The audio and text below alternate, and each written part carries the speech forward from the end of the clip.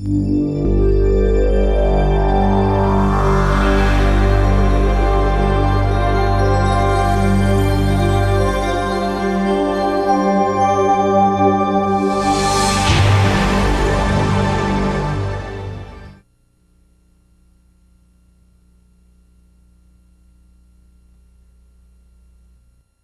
Service International presents The Energy of Sales Success with Tom Hopkins.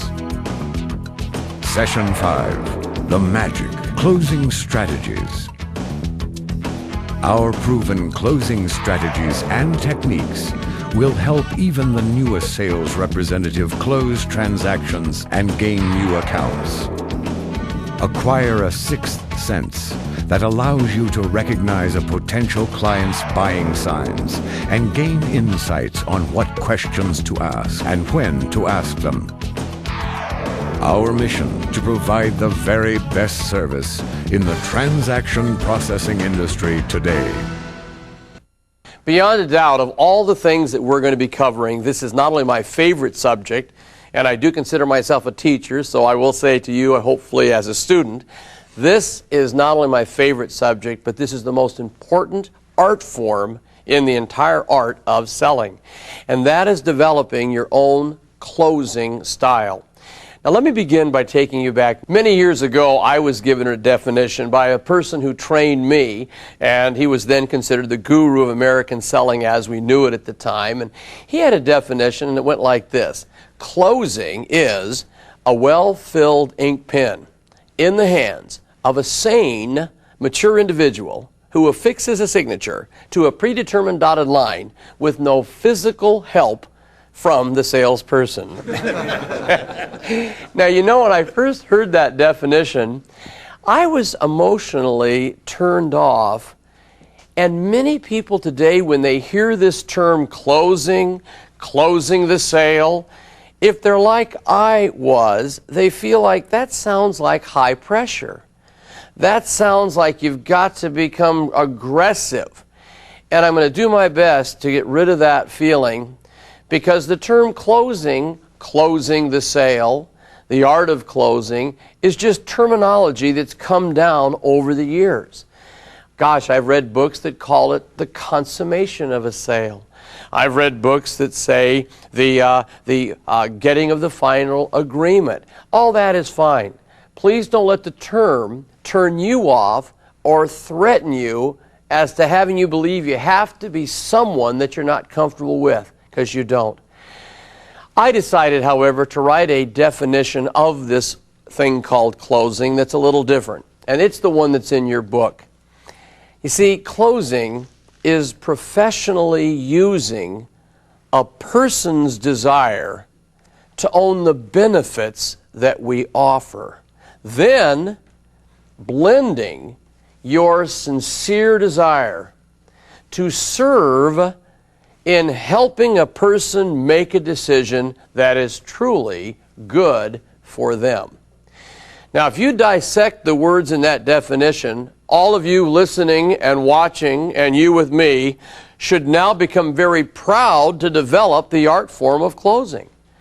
Because you're, first of all, professionally using their desire to own the benefits of our wonderful Card Service International services. You're then blending your sincere desire not to sell, but look at the word there, to serve.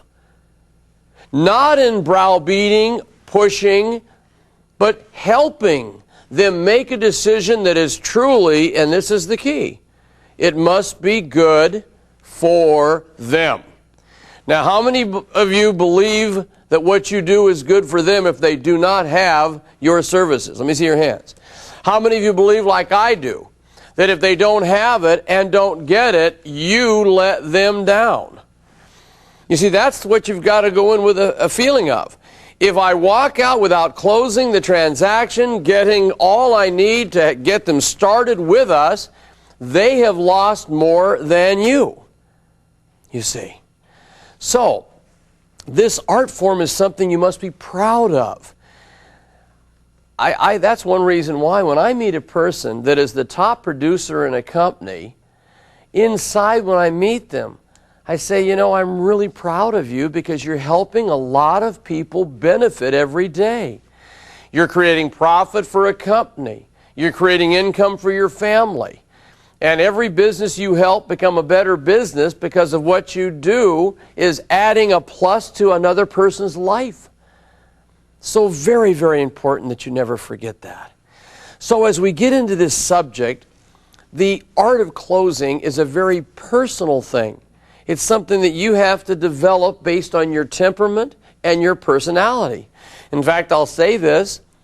If I could right now walk across this stage, some of the highest income earning people I've trained in the last 27 years that I've been full-time teaching, you would be amazed how different some of them look. Some can be 23 or 4 and young and outgoing and dynamic. Others can be 30, 35, 40, and they can look rather much like an average person and talk very slow and be somewhat timid and shy, and they're still top producers. I have one woman that is 78 years of age, earns over $1 million a year of income, and has been in sales since 1940-something. And she is one of the highest paid salespeople in the world. And she is soft, gentle, loving. People meet her and they say, "It's Grandma." And she always walks out with a check. So the point I'm getting at, you cannot judge a great closing specialist by the outward appearance. It's their skill level, their heart. I call it the heart of a champion, who learns this art form, applies it every day, becomes a master of it. In fact, I believe that we all have to live by what I call the ABCs of closing. Now, you know what ABC stands for? Always be closing. That means whenever you meet a person, you are using your persuasive ability to close for the opportunity to analyze if they have need for our services. You're closing on the telephone to get the appointment to visit. You're closing when you walk in to have them forget everything for a few minutes so you can begin presentation. You're then closing for them to fill out your information sheet. See, that's a little close. You're then closing to have them get all the documentation, Social Security number, all you need on your application. All of these are little closes. And then, of course, the final close is when we're going to ask for their approval, which we're working up to. So ABC, let me hear it. ABC, always be closing.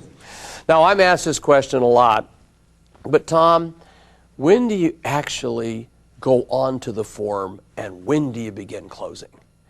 Well, first of all, no one can teach you exactly when to close.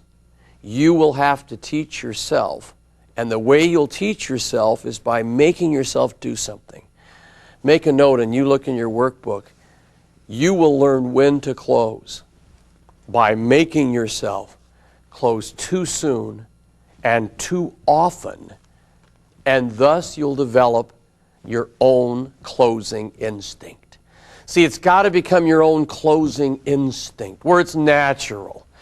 Now, most people in sales that are not successful, they close too seldom or too late, which means they never get onto the darn paperwork, and so if you're not on the paperwork, you can't really close a sale.